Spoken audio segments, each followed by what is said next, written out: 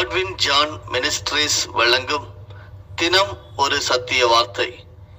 இந்த ஆடியோ நிகழ்ச்சிக்கு உங்களை அன்புடன் வரவேற்கிறோம்.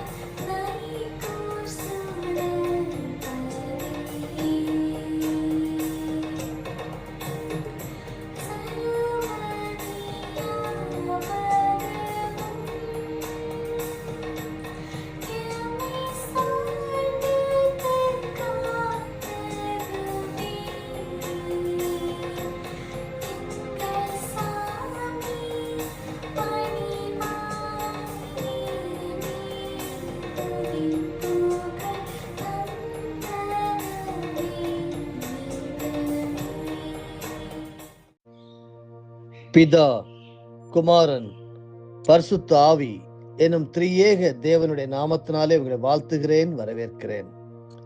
ஜெபிப்போமா. பரமபிதாவே, உம்முடைய பாதப்படியில வந்து நிற்கிறோம். நீர் அருளுகிற பாதுகாப்பிற்காக, நீர் அருளுகிற நன்மைகளுக்காக என்னோடு இணைந்து இன்றைக்கு உம்மோடு பேசிக் கொண்டிருக்கிற ஒவ்வொரு விசுவாசியையும் கர்த்தர் பலப்படுத்துவீராக. சுகம் தேவைப்படுகிறவர்களுக்கு சுகம், பண பற்றாக்குறை உள்ள இடத்திலே நீங்கள் பற்றாக்குறை நீக்கி கொடுக்கிறவராக, சோர்ந்து போய் நொந்து போயிருக்கிற உள்ளங்களிலே நீர் ஆறுதல் கொடுக்கிறவராக, மகா பெரிய தேவனாக இருந்து அவர்களை பாதுகாப்பதற்காக ஸ்தோத்திரம். நாங்கள் நிர்மூலம் ஆகாதிருக்கிறது உம்முடைய சுத்த கிருபை என்று சொல்லி ஒரு முறை கூட அறிக்கை செய்கிறோம். நீர் எங்களை உம்முடைய மார்பிலே அணைத்து வைத்து உன்னதமானுடைய மறைவிலே சர்வ வல்லருடைய நிழலிலே நாங்கள் காக்கப்பட்டு வருகிறோம். அதற்காக ஸ்தோத்திரம். இந்த நாள் முழுவதும் செம்மையும் நன்மையுமாக நடத்தும், கிளேசம் இல்லாமல் நடத்தும், ஆசீர்வாதத்தினோடே நடத்தும். இயேசு கிறிஸ்துவின் மூலமே ஜெபிக்கிறேன் பிதாவே, ஆமென். தினம் ஒரு சத்திய வார்த்தை. தேவன் அங்கீகரிக்கும் ஜெபம் என்கிற பொது தலைப்பிலே இயேசு கிறிஸ்து கற்றுக் கொடுத்த பரமண்டலங்களில் இருக்கிற எங்கள் பிதாவே என்கிற ஜெபத்தை நாம் ஆழமாக கற்று வருகிறோம். லூக்கா 11:3 கொடுக்கப்பட்டிருக்கிற இந்த வார்த்தையை எங்களுக்கு வேண்டிய ஆகாரத்தை அன்றென்றும் எங்களுக்கு தாரும் என்று நாம் கற்று வருகிறோம். தொடர்ந்து இந்த நாளிலும் பரிசுத்த ஆவியானவர் நம்மோடு ஊழியம் செய்வாராக. ஆவிக்குரிய உணவு அப்படி என்றால் என்ன? அதை பெற்றுக்கொள்வது என்றால் என்ன? ஆவிக்குரிய உணவு என்று நாம் பலமுறை சொல்லும் போது அதனுடைய இயல்பு என்ன, ஆவிக்குரிய உணவு என்றால் என்ன என்பதையும் புரிந்து கொள்ள வேண்டும். ஆவிக்குரிய உணவு என்பது அதிகமாக வேதத்தை தியானிப்பதனால் வருகிறது. அடுத்தபடியாக கருத்தாக ஜெபிக்கும் போது நமக்கு கிடைக்கின்றது. வேதத்தின் மகத்துவங்களை கேட்கும் போது கிடைக்கின்றது. நாம் வேதாகமத்தில் உள்ள சில அதிகாரங்களை கிரமமாக தினமும் படிப்பதினால் ஆவிக்குரிய உணவை பெற்றுவிட்டோம் என்று எண்ணி விடக்கூடாது. அதுபோல தினமும் குறிப்பிட்ட நேரம் ஜெபிப்பதனால் நாம் பலம் அடைந்து விட்டோம் என நினைத்து விடக்கூடாது. ஆராதனைகளிலே சபைகளிலே கூடுதலின் போது பிரசங்கங்களை கேட்டு விட்டதாலோ அல்லது சில கூட்டங்களில் கலந்து கொண்டு தேவ செய்தியை கேட்டு விட்டதாலோ ஆவிக்குரிய உணவை அடைந்து விட்டோம் என்று எண்ணிவிடக்கூடாது. இவைகளின் வழியாகத்தான் தேவன் அருளும் பரலோக ஆகாரம் கிடைக்கின்றது என்பது உண்மை. ஆனால் உண்மையான ஒரு விழிப்புணர்வின்றி இவைகளில் ஈடுபட்டால் அந்த பரலோக ஆகாரம் நம்முடைய உள்ளான ஆவிக்குரிய மனிதனுக்கு வந்து சேர்வதில்லை. பரிசுத்த பைபிளில் உள்ள வசனங்களை சாதாரணமாக படித்தால் அது ஒரு சமய சடங்காக மட்டுமே இருக்கும்.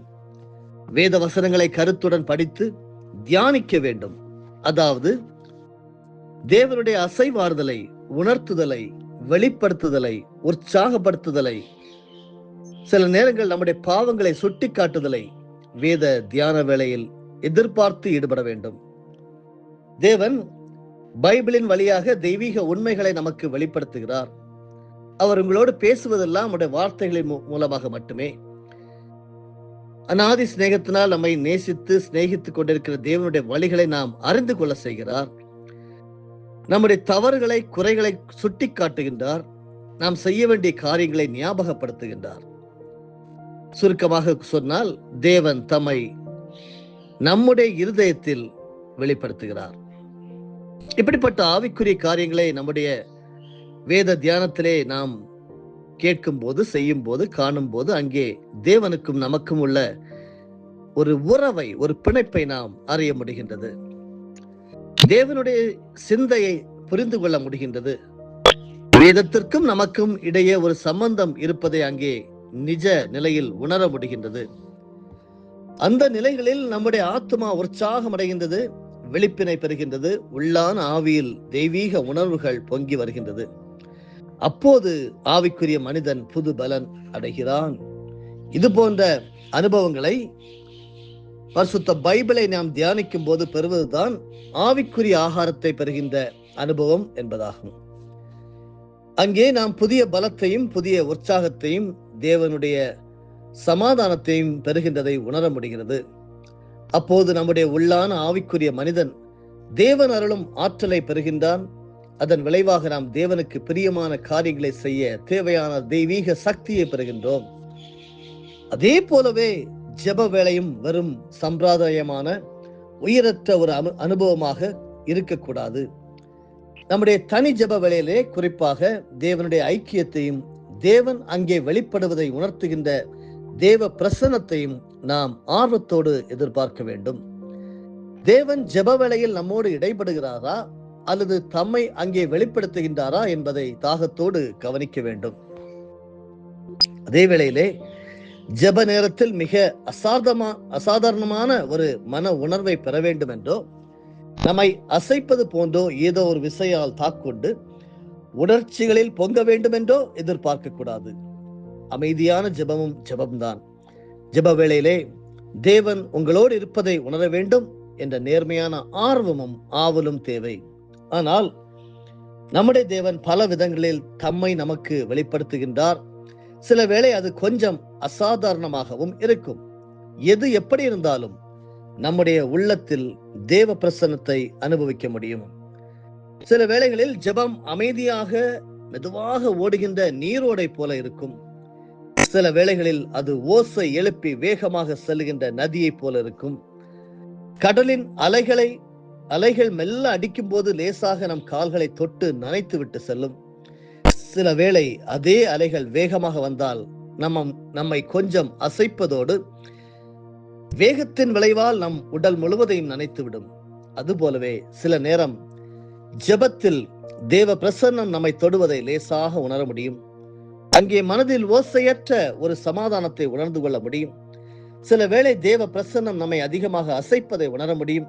அங்கே நம்முடைய மனநிலையில் மிகுந்த பரவசத்தையும் வேகமான உற்சாகத்தையும் அனுபவிக்க முடியும். ஆனால் இந்த இரு நிலைகளிலும் தேவன் நமக்கு தேவையான ஆவிக்குரிய ஆகாரத்தை தந்திருக்கிறார். அங்கே நாம் பலப்பட்டிருக்கின்றோம்.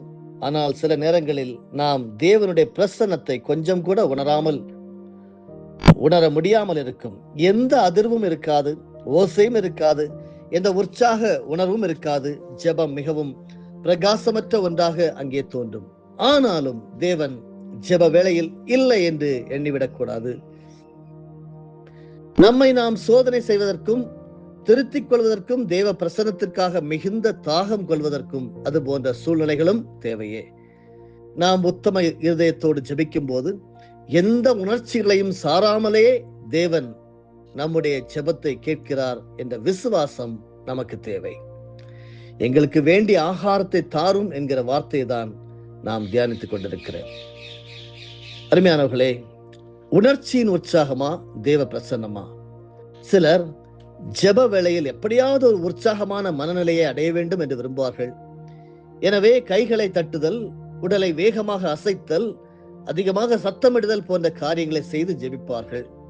அப்போது அவர்களின் உணர்ச்சிகள் வேகமடையும், பரவச நிலையை அடைவது போல உணர்வார்கள். உடனேயே உணர்ச்சி வசப்பட்டு அங்கும் இங்கும் குதிக்கவும், உரத்த சத்தமிடவும், அந்நிய பாஷையில் முழங்கவும் துவங்குவார்கள். அந்த நிலையை தேவன் வல்லமையாக செயல்படும் நிலையாகவும் ஆவி ஊற்றப்படுகிற நிலையாகவும் எடுத்துக் கொள்வார்கள். ஆனால் இது ஒரு தவறான முறை என்பது உண்மை. செயற்கையான முறையில் தேவ பிரசன்னம் போன்ற உணர்வை உருவாக்கி விடுவதால் தேவன் நம்மோடு இடைபடுகிறார் என்ற அர்த்தமல்ல. நாம் கைகளை தட்டி உடலை அசைத்து உரைத்த குரலில் சத்தமிட துவங்கினால் எப்படி ஒரு உற்சாக விசையை உணர முடியும்? ஆனால் அது தேவ பிரசன்னம் அல்ல. நம்முடைய உடலில் தோன்றிய தற்காலிக உணர்ச்சி வசப்பட்ட நிலையே அது. இது போன்ற வழிகளை பலர் கை கொள்வதனால்தான் அவர்கள் தேவனுக்கு பிரியமாக வாழாமலே ஜெப வாழ்க்கையில் தொடர முடிகின்றது. பாருங்கள், நீங்கள் தவறாக வாழ்ந்து கொண்டு அல்லது தேவனுக்கு முற்றிலும் பிரியமாக வாழாமல் ஜெபத்தில் தேவ பிரசன்னத்தை உணர முடியாது. அங்கே ஜெபம் உயிரோட்டமானதாகவும் இருக்காது.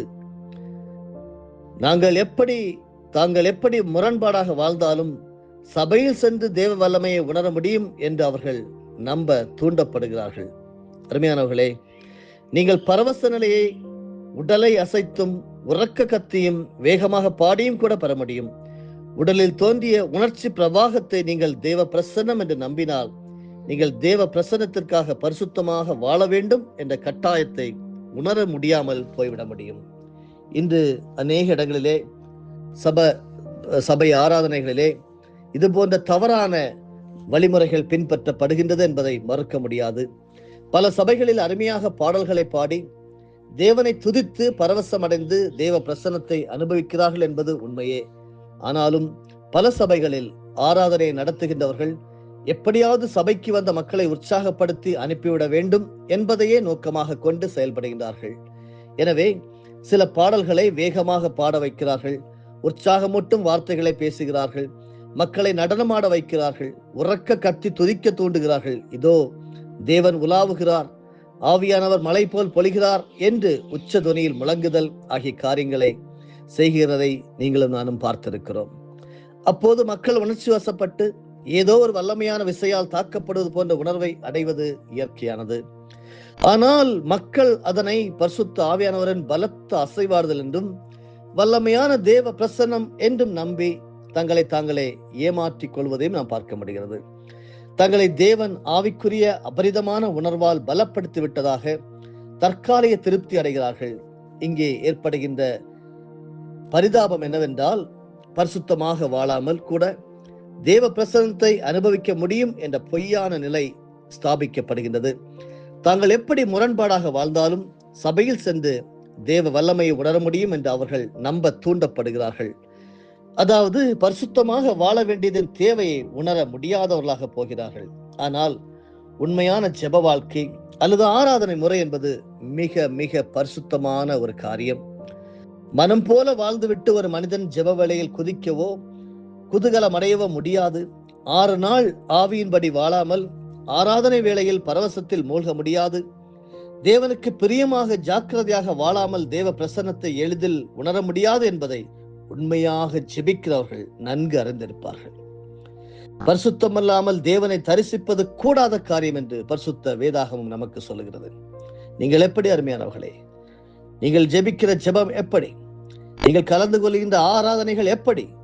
இப்படி நான் கூறுவதனால் ஜெப வேளையில் அல்லது ஆராதனை வேளையில் பாடக்கூடாதென்றோ, உடலை அசைக்க கூடாதென்றோ, சத்தமாக ஜெபிக்க கூடாதென்றோ அர்த்தம் அல்ல. தேவனுடைய பிரசன்னத்தை நிறைவாக அனுபவிக்கும் போது யாரும் மரக்கட்டை போல இருக்க முடியாது. உள்ளத்தின் நிறைவு உடலிலும் ஓரளவு பிரதிபலிக்கவே செய்யும். அங்கே உடல் அசையும், பாடல் எழும்பும், சத்தமும் வேகமாகும். ஆனாலும் செயற்கை முறையில் ஒருவித பரவச உணர்வை உருவாக்கி அதனை தேவ பிரசன்னம் என்றும் தேவ வல்லமை என்றும் எண்ணி ஏமாறக்கூடாது என்றுதான் சொல்லுகிறேன். அருமையான என்னை கேட்டுக்கொண்டிருக்கிறவர்களே, தேவ சமூகத்தில் தேவன் இடைபடுகிறாரா என்று கூர்ந்து கவனிக்க வேண்டும்.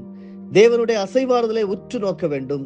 சில வேளை நம்முடைய வாழ்க்கையை நாம் சோதிக்க நேரிடும். சில வேளை ஏதாவது காரியத்தில் தேவனுக்கு தூரமாக நிற்கிறோமா என்று ஆராய்ச்சி செய்ய வேண்டும். தடைகளை அகற்ற ஜெபிக்க வேண்டும். தவறுகளை போக்க ஒப்பு கொடுக்க வேண்டும். அது போன்ற காரியங்களை கடந்து செல்கின்ற போது நாம் அனுபவிப்பதே உண்மையான தேவ பிரசன்னமாக இருக்கும். அது நம்மை முழுமையாக பலப்படுத்தும். லூக்கா 11:3 எங்களுக்கு வேண்டிய ஆகாரத்தை அன்றென்றும் எங்களுக்கு தாரும் என்கிற இந்த வசனத்தை, இந்த ஆழமான சத்தியத்தை பரிசுத்த ஆவியானவர் தொடர்ந்து நாளைக்கும் கற்றுத் தருவாராக. அதுவரையிலும் தேவ பிரசன்னம் உங்களை சமாதானத்தோடே ஆளக்கிடவது. ஆமேன். ஜெபம் செய்வோம். அன்புள்ள பரமநேசரே, ஆவலோடு எதிர்பார்ப்போடு ஏதாவது என் தேவன் செய்து முடிப்பார் என்னுடைய வாழ்க்கையிலே என்று இப்பொழுது ஜெபித்துக் கொண்டிருக்கின்ற விசுவாசிகள் உண்டு. விசுவாசத்தின் விளிம்பிலே நிற்கிறவர்கள் உண்டு. தேவனை அறியாதவர்கள் கூட ஏராளமான பேர் இந்த சத்தியத்தை கேட்டுக்கொண்டிருக்கிறார்கள். வாட்ஸ்அப் மூலமாகவும் தொலைக்காட்சி மூலமாகவும் கேட்டுக்கொண்டிருக்கிற ஒவ்வொரு விசுவாசியும் தேவன் பேல் இயேசு கிறிஸ்துவினால் இதை நிறைவேற்ற முடியும், என்னுடைய விண்ணப்பத்தை அவர் நிச்சயமாக கவனிப்பார், கேட்டருள்வார் என்று நம்பிக்கையோடு இருக்கின்ற ஒவ்வொருவரையும் கர்த்தர் பலப்படுத்துவீராக. தேவைகளை சந்திப்பீராக. நிறைவான பலன்களை கொடுப்பீராக. அவருடைய விசுவாசத்தின் அளவின் படி அல்ல, கர்த்தர் உம்முடைய அன்பின் அளவின்படி அவர்களை உயர்த்த வேண்டுமாய், தாங்க வேண்டுமாய், பாதுகாக்க வேண்டுமாய் நீர் ஜெபிக்கிற தகப்பனே, இந்த நாள் மகிழ்ச்சியின் நாள், ஆசீர்வாதத்தின் நாள், வெற்றியின் நாள் என்று சொல்லி நாங்கள் அறிக்கை செய்கிறோம். எல்லா துதிகன மகிமை மக்கே இயேசுவின் மூலமே பிதாவே. ஆமேன். என் ஆத்துமாவே கர்த்தரை ஸ்தோத்தரி, என் முழு உள்ளமே அவருடைய பரிசுத்த நாமத்தை ஸ்தோத்தரி. என் ஆத்துமாவே கர்த்தரை ஸ்தோத்தரி, கர்த்தர் செய்த சகல உபகாரங்களையும் மறவாதே. ஆமேன்.